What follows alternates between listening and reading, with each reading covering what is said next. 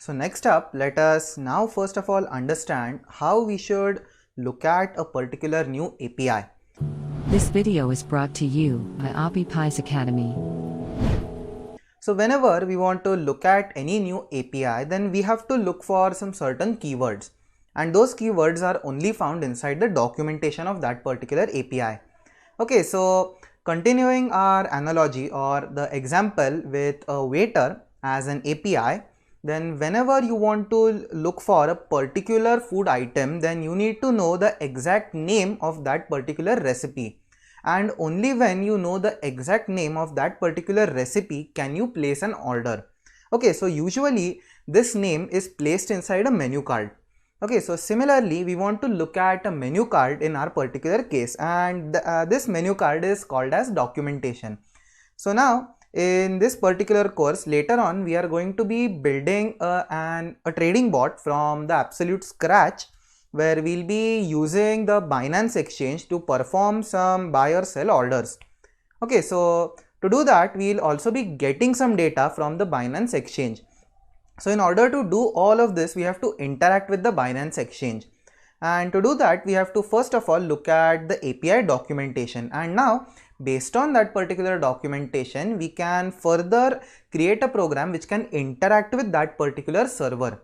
Okay, so in order to look at the documentation, this is the official repository of Binance official API docs, and over here we can look at the REST API.markdown.md file. So initially this is the entire documentation of the API, and this is what we are concerned with. Okay, so now first of all, the very first thing which you look at in any API is the base URL or the base endpoint. So in this particular case the base endpoint is https followed by / and then we have api.binance.com. Okay, so this is the base endpoint, and if you compare it with a regular URL, then this is the base URL. So https / then we have github.com, and anything after this is connected with a certain thing inside of GitHub. So over here if we can see, we have Binance exchange, which is actually the name of a repository inside of github.com, and then we have the subsequent file names. So similarly in the case of the Binance URL, first of all we'll be having a base endpoint. So that base endpoint is api.binance.com, and now we'll be interacting further with this API endpoint. So first of all we also look at some more characteristics of this particular API. So then we have that this API is returning a JSON object. So JSON stands for JavaScript Object Notation, and it is just a way of writing data in a particular file. So whenever we are getting any input from this API, so anything which is returned from that API is in the JSON form. Okay, then we have data is returned in ascending order, which is oldest is first and then newest is at the last. So if you have 50 price information, then the first one is the oldest and the last one is the newest. So some of these things are very important when you want to design some software which will be interacting with this API. So documentation is always made to make development easier. So now we have some error code. So we have 4xx. So it can be 404, which is the very common error code used when a particular thing is not found. Okay, so 4xx, these return codes are used for malperformed requests. Then we have 429 return code, which is used for breaking a time limit, and then we have 418, which is used for an IP which has been banned. Okay, so these are certain things which are very important when we look at a new API. The first one is the base URL. Then we have the return type or the return object of that particular API. Then we have the order of data arrangement, and then we also have the error codes, so that whenever we make a request we know what type of error are we facing, and these are some things which we can easily implement inside our code. Okay, so then another very important thing is the limits. So being a machine or writing a program which will interact with the API, the server has basically set up some limits where you can not cross those limits while you are making some requests. So in this case, currently we have the number of requests per second. So if you make a, let's say the limit is 500 requests per second, and if you make something which is more than 500, so if you send the 501st request, then you will get an error which is basically having an error code of 429, which is used for breaking the rate limit. Okay, so similarly, in this particular case, you will be looking at the number of requests which you can make in a particular second. Okay, so these are some things which are related to the metadata of a particular API. Metadata stands for some background information. Okay, so then we have the signed endpoint, okay, or a signed request. Okay, so in this particular case, a signed request is something which is signed by a user.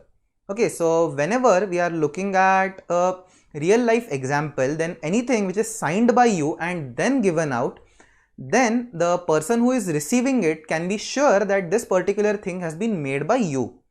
And if that particular thing is not signed, then that user cannot be sure that it has been made by you. Okay, so similarly, on Binance, we need to perform signed trades for a variety of different tasks. The first one is placing buying and selling order. The second one is doing something which is specific to your own account. For example, checking the balance of your account on Binance. This is also a signed request where you will have to give some of your data and then also make a signature. So now in the digital world, a signature is always verified by a private key. Okay, so we always have two different keys. The first one is a public key and the second one is the private key. Okay, so keys are just a big sequence of letters and numbers, so alphanumeric sequence, and then we get two of these sequences. The first one is the public key and the second one is the private key. It is just like the username and password. So if at all you want to just check your balance, then in that particular case even your username is enough. But if you want to do some crucial action like buying or selling, then you also need your password. So in this similar way, we also have a public key and a private key. So whenever you want to place anything which is a crucial order or which has a crucial status, which is of buying and selling and which can really affect your status on that particular platform, then you initiate a signed request so that the server can be sure that you are the one who is initiating this request. Okay, so now in this particular case, while creating a signed request, now we have to use a SHA-256 signature. Okay, so this basically means that we have to take our private key or the password and now we have to hash this particular password. And after hashing this password, we want to then pass in the hashed password to Binance. Okay, so now hashing a particular string or hashing any particular data, it just means like converting that data from one form to another. But the key is that the hashed data can't be converted back. So now let's look at a simple example of a SHA-256 hash. Okay, so just type in SHA-256 hash generator and now we have SHA-256 online. So this is a simple website and now let's just type in hello world. Okay, so now in this particular example of hello world, we have a hash which is generated. Okay, and this is a SHA-256. So SHA stands for secured hash algorithm. Okay, so this is the hash. Now if we simply change one letter, so if we remove the space, then just look at the hash, how it changes instantly. Okay, so by just removal of one space, the hash has become completely different. Okay, so right now the hash is starting from A591A6, but now when we remove the space, it is now 872E4. So this is something which is called as hashing, where you have an input and then it is converted to a particular output. Okay, so now in this particular case, hashing is always unique for one particular string. So if we have hello world, then always the hash which will be returned for the hello world will be this. So similarly, if you put in your password over here, then the hash will be generated which will be completely unique for your particular private key. Okay, so this is how we'll be making a hash of our password and then we'll be passing in the hash also to Binance, and that will act as a signature from your side.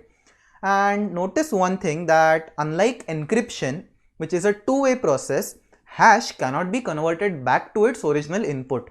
So we cannot convert hash back to the particular string which was present over here, because you can have multiple strings which can have one particular hash, but a hash cannot be reversed back. Okay, so this is just like adding four different numbers or two different numbers and getting the result as 12. Okay, so we can have 3 and 9, which gives us the result as 12, or we can have 6 and 6, or we can have 4 and 8. All of these give out the result as 12, and that is essentially what a hashing function means. So this is a very simple example of adding two digits, but SHA-256 is a very complicated hash algorithm, and there are certain steps involved in it. So if you want to read more about the SHA-256 hash algorithm, I have it linked in the resources section. Okay, so this is pretty much it for signed request, and now from the next lecture onwards, let's look at some basic general endpoints such that we can now contact or communicate with the Binance server.